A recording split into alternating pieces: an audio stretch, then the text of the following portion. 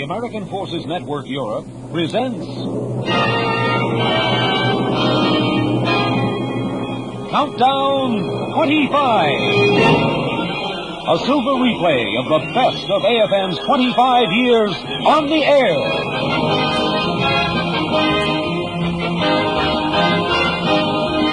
Good evening, ladies and gentlemen, and welcome to Countdown 25, a special series devoted to recalling the sounds of the past quarter century.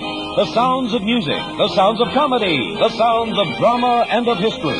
The sounds broadcast to Europe by AFN Europe these past 25 years. Tonight, another year from AFN's Sound Scrapbook.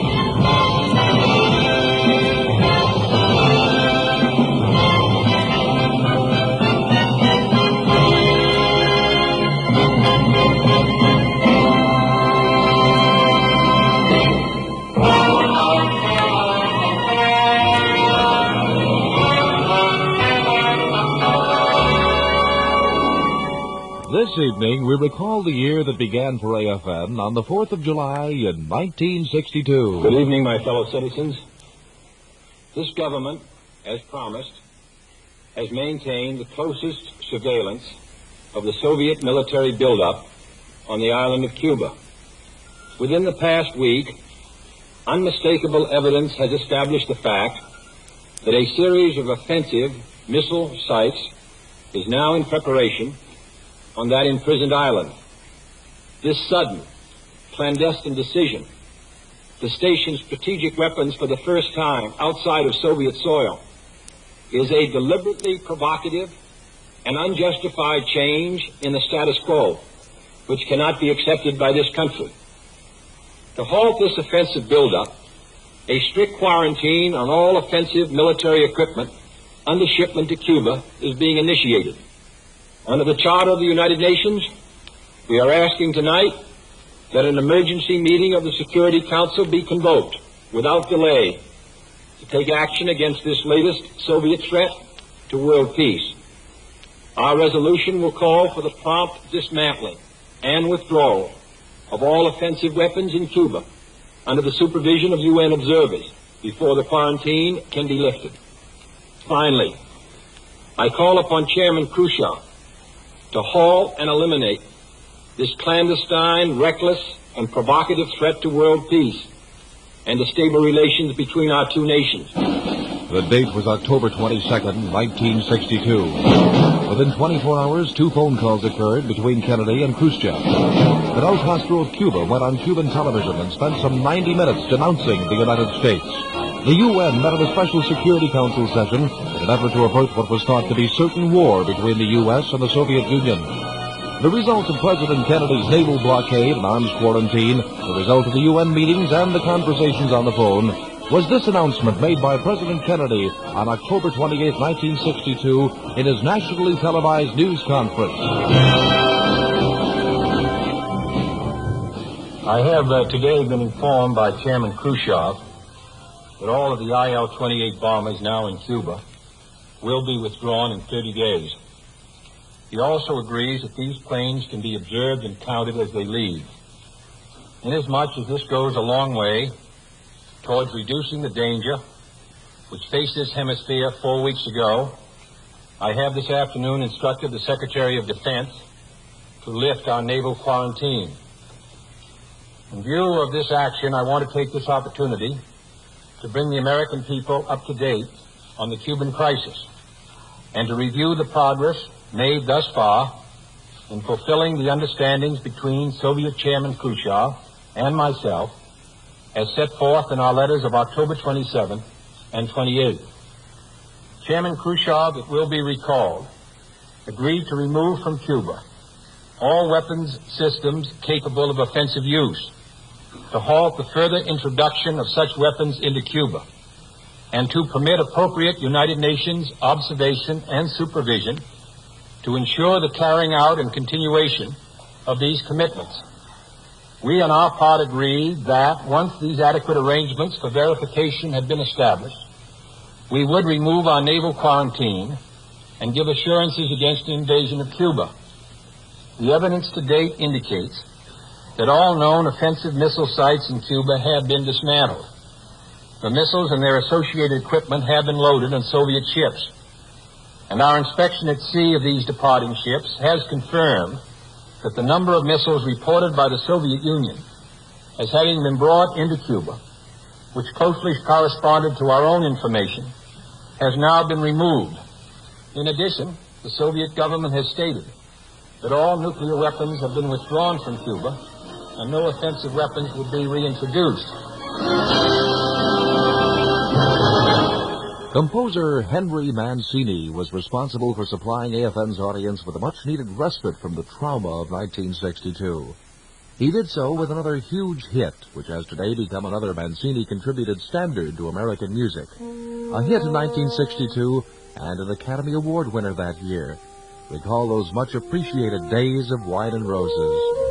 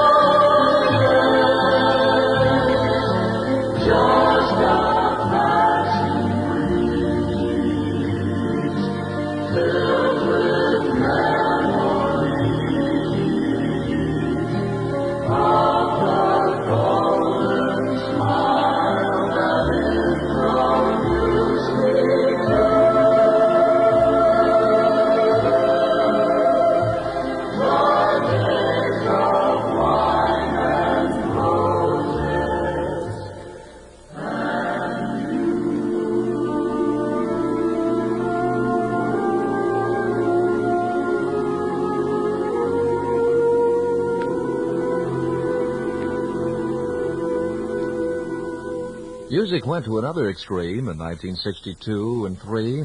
For instance, that year saw the beginning of a still-going strong musical career of a group calling themselves the Four Seasons, naming themselves after a well-known New York restaurant.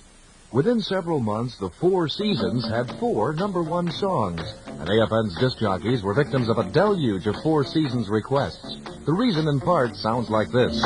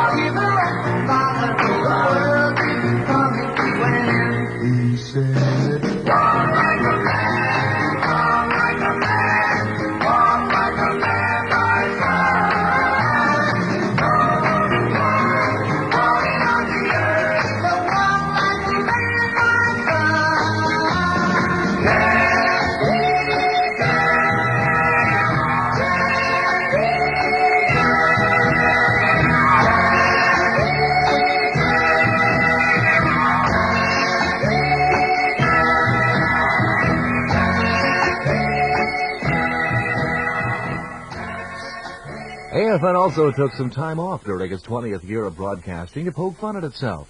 Program director Trent Chrisman and the crew at AFN Poitiers in France produced this special. It's AFN with Commercials, a parody of the AFN broadcasting schedule in 1963. At the sound of the noise, it will be about 8:05 in the morning.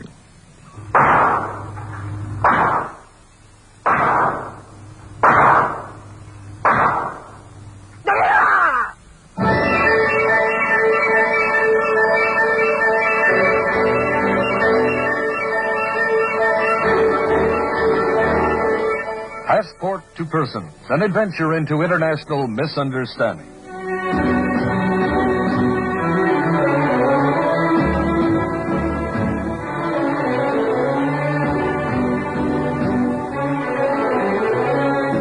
Today, Passport to Persons visits the picturesque little country of Paranoia.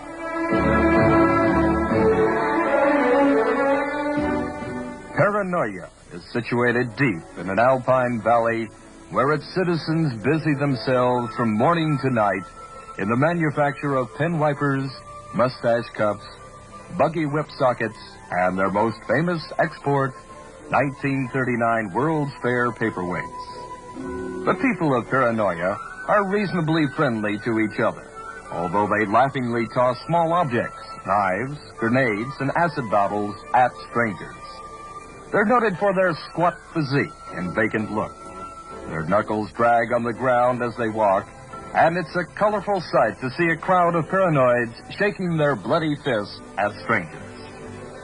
The best time to attempt a visit to this lovely land is during January, when the roads are completely impassable. Actually, our recommendation is that you don't go at all. Why not instead stay home and see a good movie? This one. If you liked Ben-Hur, if you loved the Ten Commandments, if you adored Spartacus, then you will flip over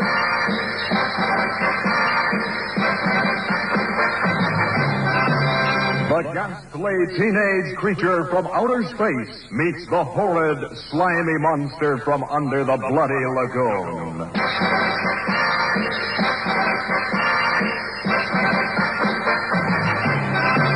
Here is entertainment for the whole family. Terror, horror, torture, violence, and death. You will see it all when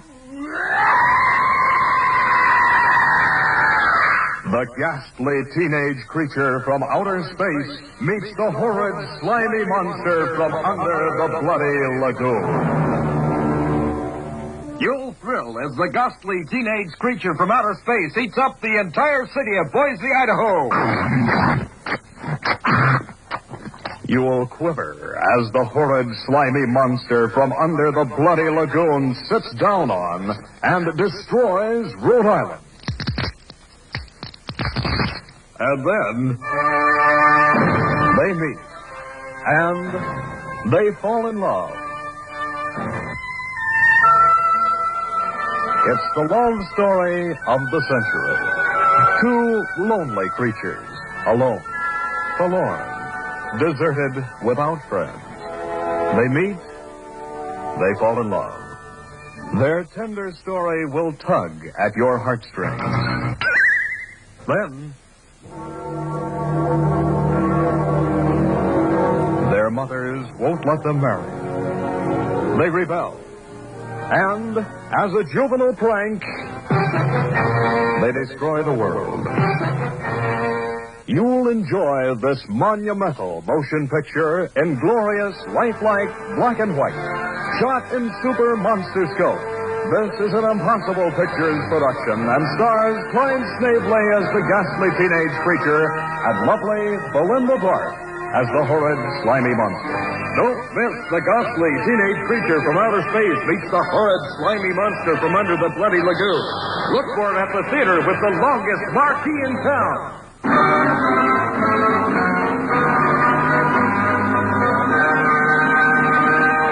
At the sound of the last sound, it will be more or less 9:05. Shake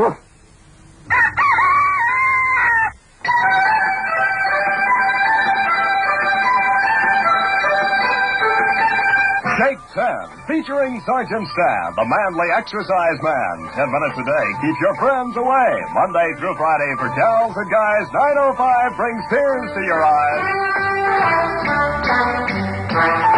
Drop what you're doing and join AFN. It's time right now for a call to Shake 10.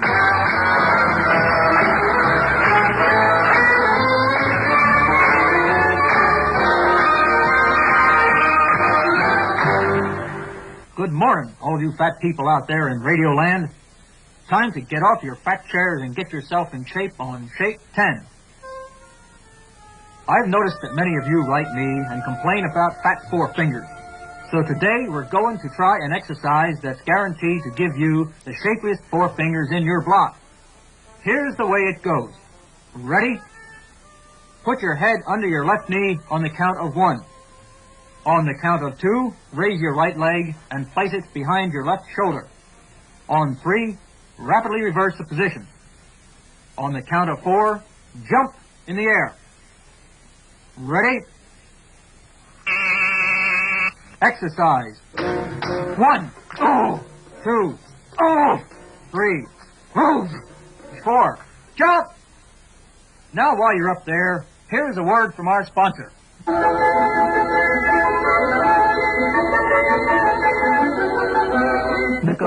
Nicotase you need if you have a real bad time knocking off the weed.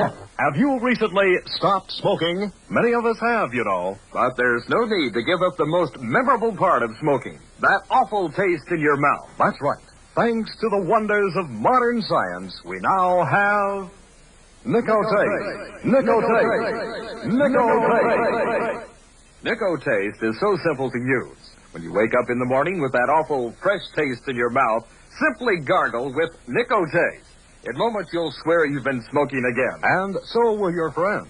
The effects of Nicotase last all day. When nightfall comes, your mouth will taste just as bad as it did in the morning. Right. You'll get 24-hour protection against fresh mouth when you use Nicotase regularly. Stains the teeth, too. No one, but no one will be able to tell you've stopped smoking. Nicotase. Just pennies a day. The money you save on matches will pay for it. Look for it. Nicotase. The dark brown taste in the dark brown bottle.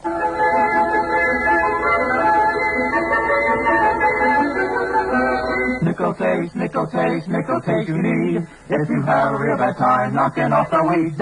At the tone, the time will be somewhere around 6:50 o'clock.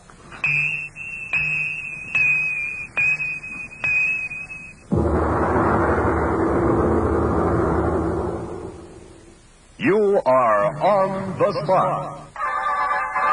This is On the Spot, presented quite nicely at 10 minutes before 19 and 22 hours.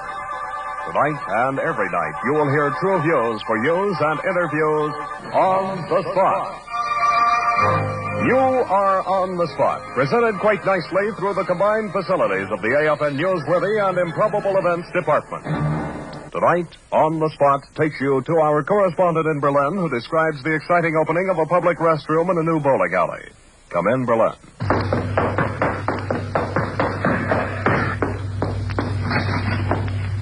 Now for a word from our sponsor.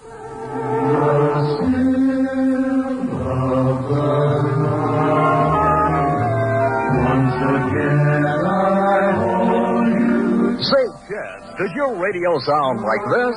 Then you need the revolutionary Teen Tuner attachment. The Teen Tuner will make it sound like this. Listen to what the Teen Tuner can do for your radio.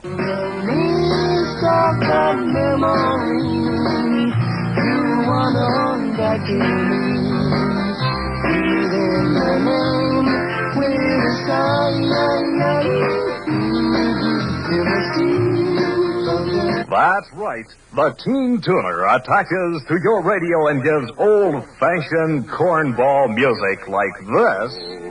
Man River, that old man River, he must know something But don't say nothing, he just keeps rolling, he keeps on rolling. With Teen Tuner, you get the modern sound, the sound you all love, the sounds like this.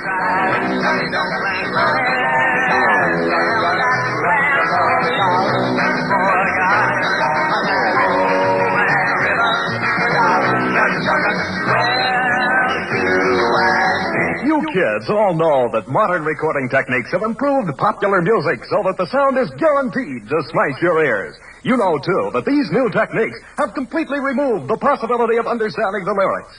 But some radio stations insist on playing the prehistoric music that moldy figs like your parents used to like. Now, thanks to the Teen Tuner, you can flip a switch and presto, you get rid of all annoying melodies and pretty sounds. Right, the Teen Tuner filters out everything but the rhythm. Here's the way it works. Mona Lisa, men have named you. You're so live. Who needs this? With a flip of a switch, you have this. Is it only cause you're lonely they have named you? For that Mona Lisa string is in your smile. Well, is your smile love? You agree that no teenager should be without the benefits of the Teen Tuner. It's perfect for study periods at home, improves concentration. That's Teen Tuner. If you can't remember the name, ask your parents to write it on a piece of paper for you. Then rush to your radio store and ask for Teen Tuner.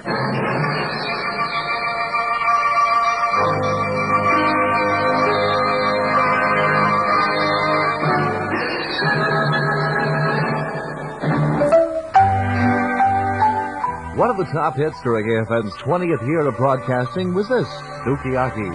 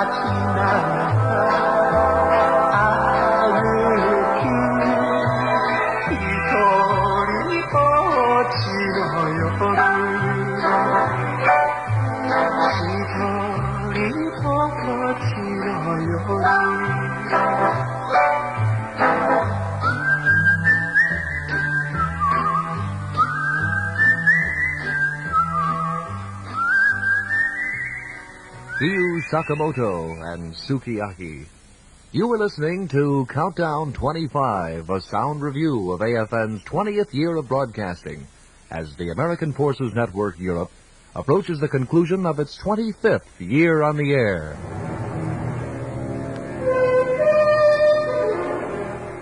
"1962 saw the beginning of a revolution in the United States. A revolution that was slow to begin and slow to grow. But where the civil rights movement was slow to grow, it more than made up for it in the rapidity with which it was felt throughout the entire country. The raw, emotional feelings of Negroes might well be summed up by this. They will pay for it. They will pay for it.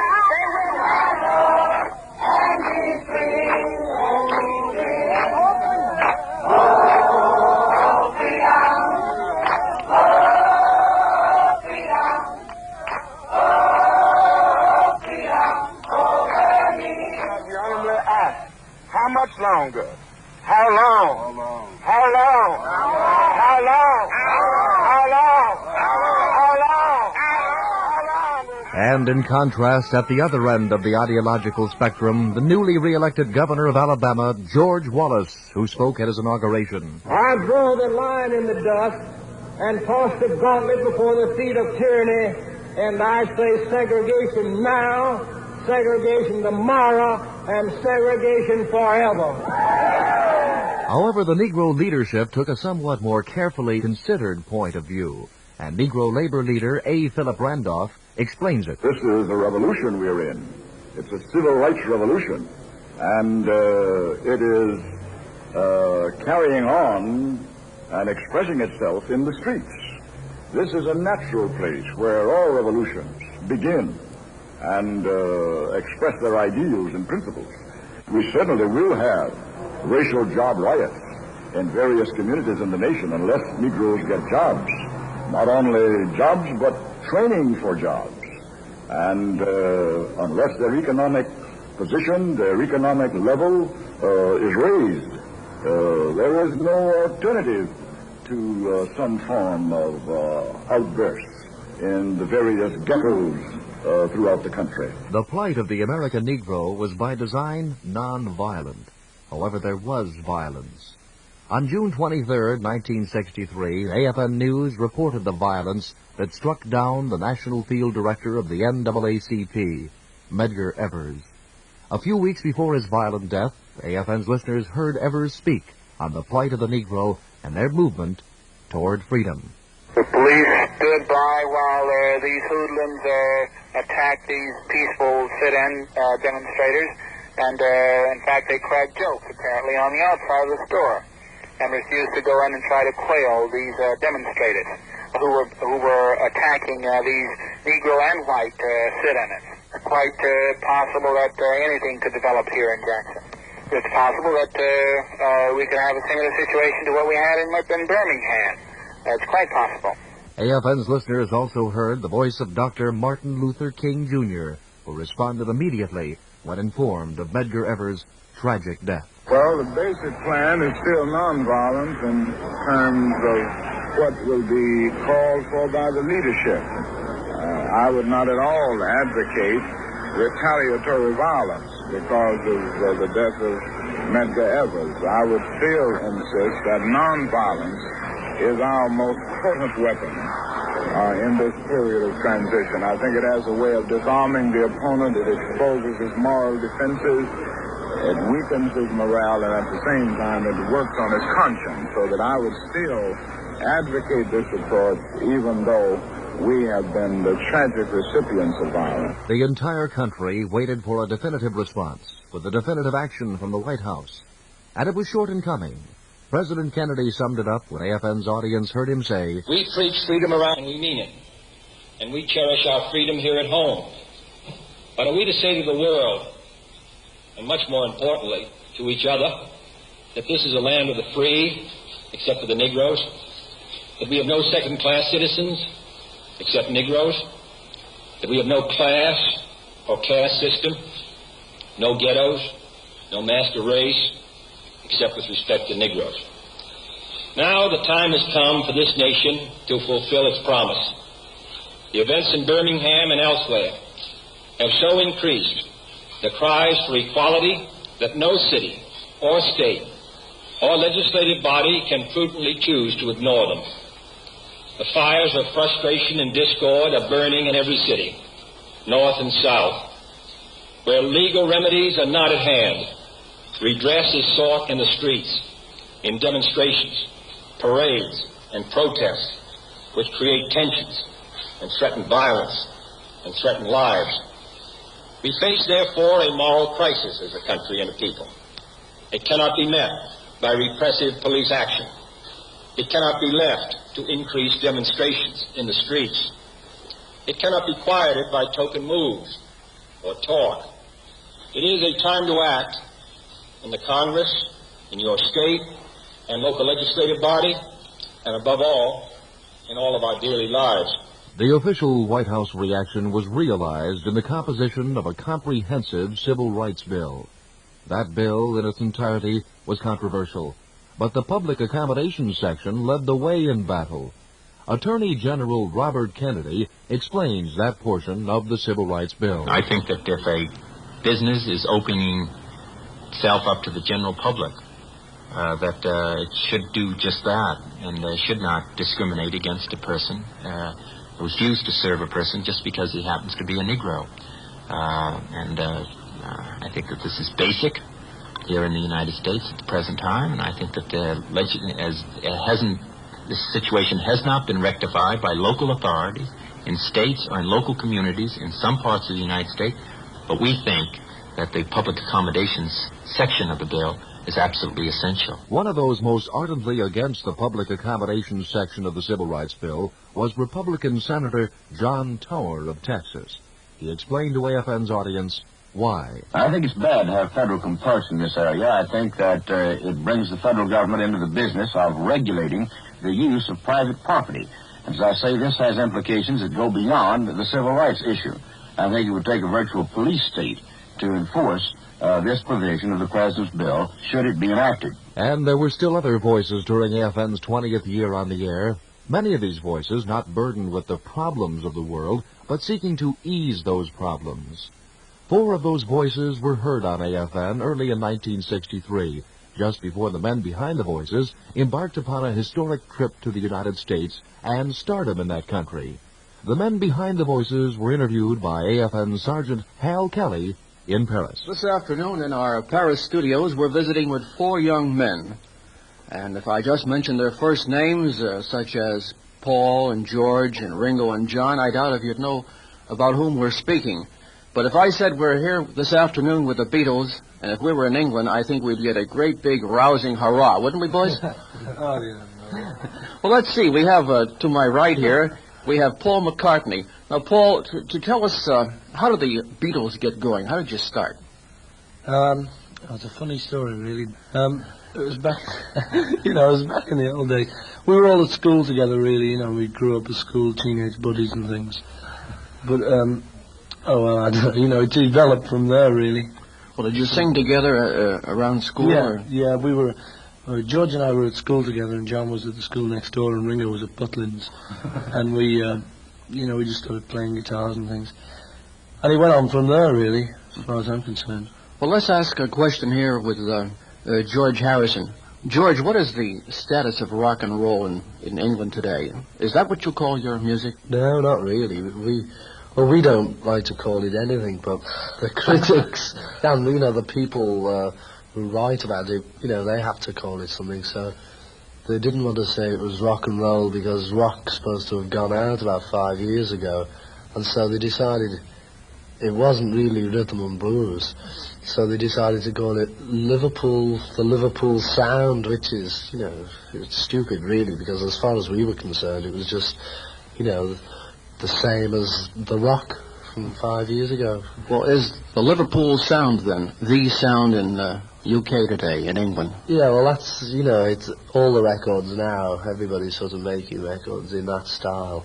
Well, let's ask Ringo here. Now, you're the drummer. How long have you been beating those skins? Oh, about 5 years now. I've been with the boys about 18 months now. I've been with other groups before that. But that's 5 years. Since you boys have gained your current popularity, have there been many other organizations trying to imitate you or perhaps take the thunder away from you? Let's ask John Lemon this. Well, I suppose a couple of people have jumped on the railway carriage, I mean the bandwagon, but it doesn't really matter, you know, because it's flattery and it sort of promotes the whole idea of us. If we're away and there's a few little Beatles still going, it'll remind people of us. Well, we've been told that in England today there's this Beatlemania going on. What do you describe? What would you say Beatlemania is? That all the girls scream whenever they see you and they perhaps faint waiting in line? Let's be immodest a moment. What is the attraction, huh? I don't know. I mean, I think it's that dressing gown. George's dressing gown is definitely a big attraction. No, I don't think any of us really know what it is. We've been asked this question an awful lot of times, but we've never been able to come up with an answer yet, because I think it's a collection of so many different things, like happening to be there at the right time, at the right moment, at the wrong face. No, but a little bit of originality in the songs, a little bit of a different sound. I don't know, it's an awful lot of things, maybe the gimmick of the haircut. How did you come to write I Want to Hold Your Hand? Let's see. We were told, this was one of the songs that we were told we definitely had to get down to it, we had to get working. So we went and we found, it was an old disused house that we found, and we were just sort of walking along with it. We just thought we've got to really get this song going. So we got down in the basement of this disused house, and there was an old sort of piano there. It wasn't really disused, sort of rooms to let. We found this old piano, and we started banging away there, and we stayed there. And there was a little old organ there too. So we were just having this sort of informal jam session down there, and we started banging away. And suddenly, just a little bit came to us. I think it was just sort of the catch line. And so we started working on it from there, and we got our pens and paper out, and we just wrote the lyrics down, and eventually, we had some sort of a song. So we went back and we played it over to our recording manager, and he seemed to like it, so we recorded it the next day. I understand you boys write your own material? John and I write them. Well, how do you think of an idea? You get together regularly, or an idea pops in your mind, you say, let's sit down and do it? If an idea does pop in your mind, then you do sit down and say, let's do it, yeah. But if there's no ideas, and say we've been told we've got a recording date from about 2 days' time, then you have got to sit down and sort of slug it out. But you normally get, first of all, just a little idea, which doesn't seem bad. You go on, and then it builds up from that. So it varies every time, though, really, Well, I see our time is up, boys, and thank you very much, Beatles, for being our guest on AFN this afternoon on Weekend World. Listen now to one of AFN's creations during 1963, the I Want to Hold Your Hand Festival Overture. Oh, yeah, I told her something.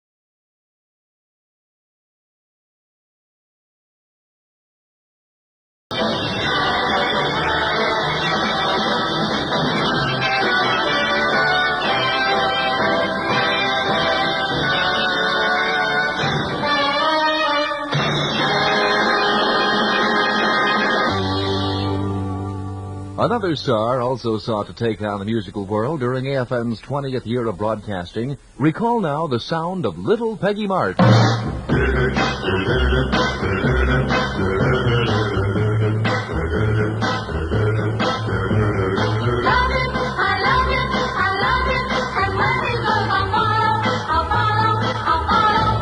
I will follow him wherever he may go. There isn't an ocean too deep, a mountain so high it can't keep me away. I must follow him. Ever since he touched my hand, I knew that near him I always must be, and nothing can keep him from me. He is my destiny. I love him, I love him, I love him, and where he goes I'll follow, I'll follow, I'll follow. He'll always be my true love, my true love, my true love, from now until forever, forever, forever. I will follow him wherever he may go. There isn't an ocean too deep, a mountain so high it can keep me away from my love. I love him, I love him, I love him, and where he goes I'll follow, I'll follow, I'll follow. He'll always be my true love, my true love, my true love, from now until forever, forever, forever. I will follow him wherever he may go. There isn't an ocean too deep, a mountain so high it can't keep me away from my love. And where he goes I'll follow, I'll follow, I'll follow. I know I'll always love him, I love him, I love him, and where he goes I'll follow, I'll follow. Toward the end of AFN's 20th year of broadcasting, President John Fitzgerald Kennedy paid a historic visit to Berlin. It was June 6, 1963, when the president spoke to tens of thousands of Germans and Americans in the western sector of the divided city. And what the president said hit home with his audience, to say the least. Those Americans who couldn't be there heard the speech over their GI network. And here is what they heard. I am proud to come to this city as the guest of your distinguished mayor, who has symbolized throughout the world the fighting spirit of West Berlin. And I am proud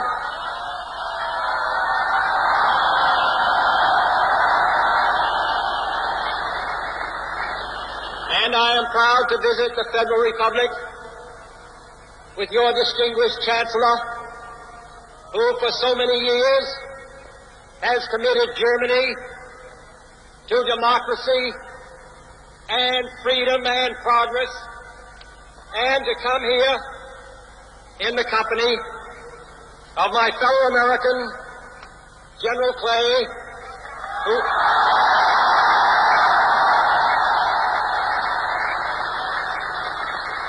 who has been in this city during its great moments of crisis and will come again if ever needed.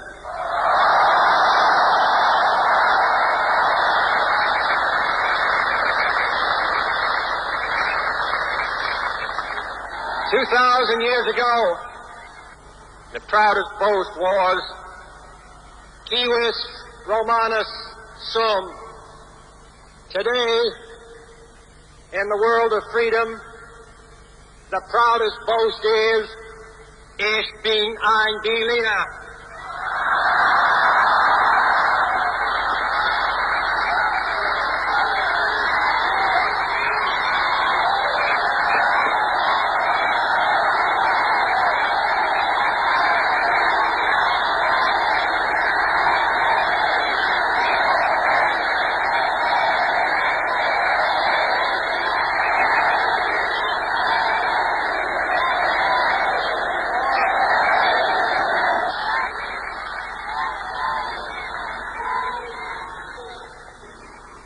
are many people in the world who really don't understand, or say they don't, what is the great issue between the free world and the communist world.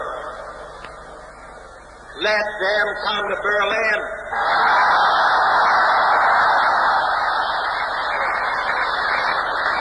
There are some who say that communism is the wave of the future. Let them come to Berlin. And there are some who say in Europe and elsewhere we can work with the communists. Let them come to Berlin. And there are even a few who say that it's true that communism is an evil system, but it permits us to make economic progress.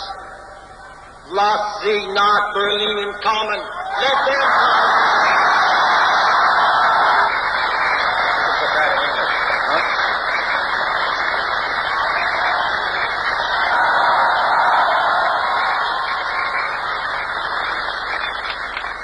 All free men, wherever they may live, are citizens of Berlin.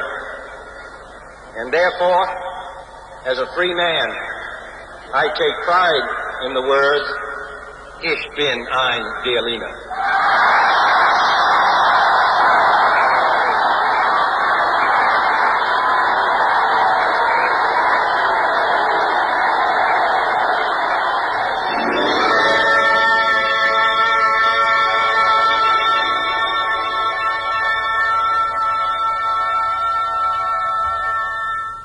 Another personality came to Germany close to the end of AFN's 20th year of broadcasting, a blonde bombshell named Jane Mansfield. Had you radio tuned to AFN on July 3rd, 1963, you'd have been greeted by sounds such as this. Tonight, the American Music Hall presents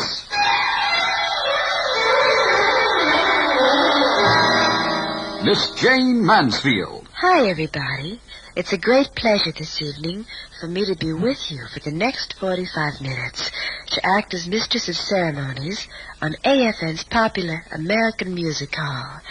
Right up until 11 o'clock, or 23 hours, as you military men would say it, I'll be playing tunes that I always enjoy hearing, favorites of mine, and I hope of yours too. I'll be telling you a little about myself, my latest film, and some of my future movie and show business plans. Oh, I almost forgot. I'll also be most happily telling you about a birthday. Did you know that the folks who are bringing you the sound of my voice right now, AFN, or the American Forces Network, is celebrating an anniversary tomorrow? Well, they are. 20 years. That's right. AFN is 20 years old tomorrow, and a little later, it'll be fun for me to tell you about some of the events and activities that will be taking place tomorrow on AFN to mark the occasion. First, though, let's get this chapter of American Music Hall off to a good start with something I know you'll like. I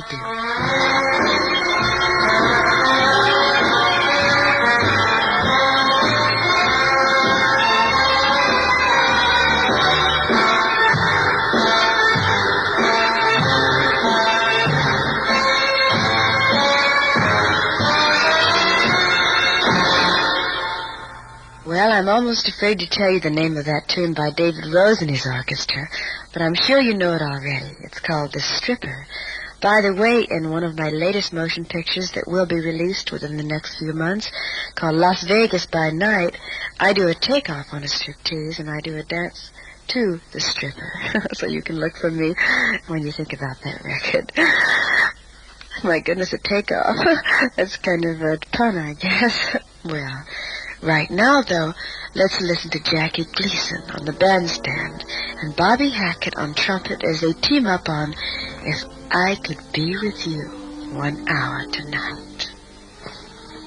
If I could be with you 1 hour tonight, if I were free to do the things I might I want you to know I wouldn't go until I told you, honey, that I love you so.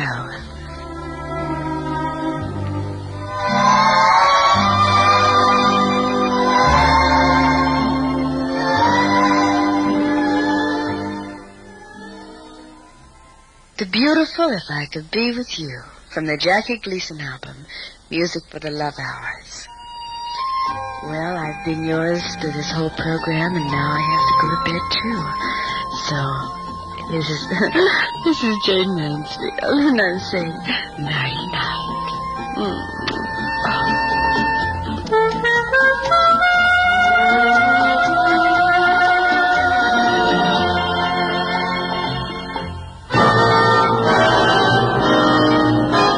You've been listening to Countdown 25, a silver replay of the best of AFN's 25 years on the air.